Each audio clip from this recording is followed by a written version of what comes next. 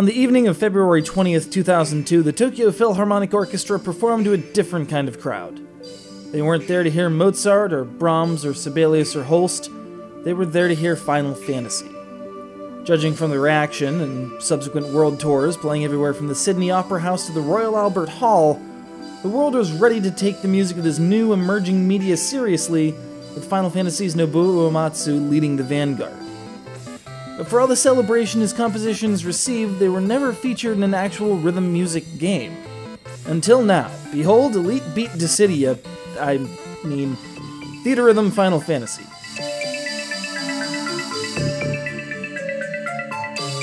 You got 39 songs available at the start of the game, 3 for each of the 13 primary games. Yes, Final Fantasy XIV still can't catch a break.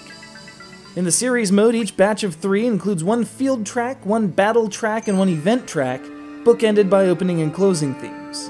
And while their displays are wildly different, the entire game boils down to 3 rudiments: poke red notes, hold green notes, and slide in the direction of arrows.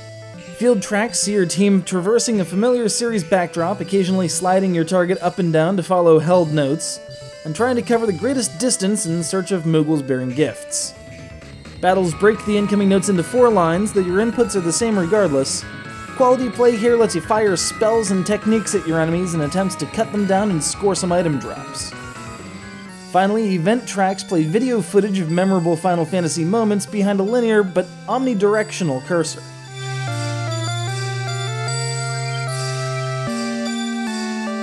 Once you clear songs in the series mode, they become available in Challenge, which lets you pick individual songs to play in one of 3 difficulty levels: Basic, Expert, and Ultimate.